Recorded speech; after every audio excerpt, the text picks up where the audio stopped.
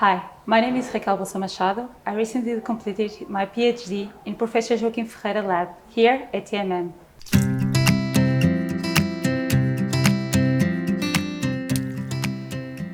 My research was focused on Parkinson's disease and on the concept of functional mobility. Parkinson's disease is characterized by a wide and heterogeneous spectrum of motor and non-motor symptoms, which are a major source of disability that affects patients' daily lives. Functional mobility is the ability of a person to move from one location to another to complete daily tasks. It incorporates the concepts of gait, balance, and transfers. In order to monitor disease progression, clarify the efficacy of therapeutic interventions, and to improve communication, it is crucial to establish outcome measures that are accurate and meaningful to patients. As a result, the primary goal of my project was to investigate the suitability of the concept of functional mobility to the Parkinson's disease field. Our first step was to perform a narrative review using the International Classification of Functioning, Disability and Health Framework. This gave us a better understanding on how PD symptoms, functional mobility, and patients' daily activity and social participation interact. Our second study was a systematic review to identify and evaluate the outcome measures used to assess functional mobility in PD.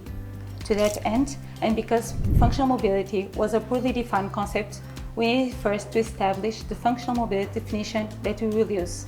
Following this study, we wanted to understand patients' and healthcare professionals' opinion on the functional mobility definition being adopted. We also wanted to investigate the impact of functional mobility on patients' daily lives, as well as the role of walking aids.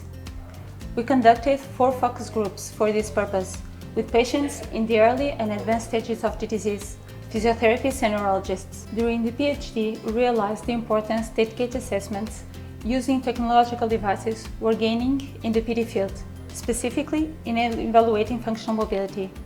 This prompted a second systematic review, with the goal of summarizing and critically appraise the published evidence on PD gait kinematic gait analysis. At this point, we were ready to begin the project final study. This aimed to identify the kinematic and clinical outcomes that better predict functional mobility changes in patients submitted to a multidisciplinary PD program. We conducted a pragmatic clinical study in which patients were assessed by a multidisciplinary team at admission and discharge, using a battery of recommended clinical scales, as well as a supervised and a free living gait assessment using technological devices. The information obtained allows us to understand that both motor and non-motor symptoms interfere from the beginning of the disease with PD functional mobility, being the primary limiting factor of daily activities in advanced stages. Patients found functional mobility a simple and straightforward concept. Neurologists believe that it may help healthcare professionals adopting a more patient-centered approach by providing a more realistic perception of patients' usual performance. The time-up-and-go test was the most frequently reported tool in the literature for assessing functional mobility in Parkinson's disease. It is widely regarded as the gold standard for evaluating functional mobility, since it was designed specifically for this purpose, has been validated for use in the PD field, and is a simple and quick test to administer. The best predictors of the TUG changes after a specialized multidisciplinary program for Parkinson's disease showed to be the TUG cognitive test, the supervised step length, and the free living step time asymmetry.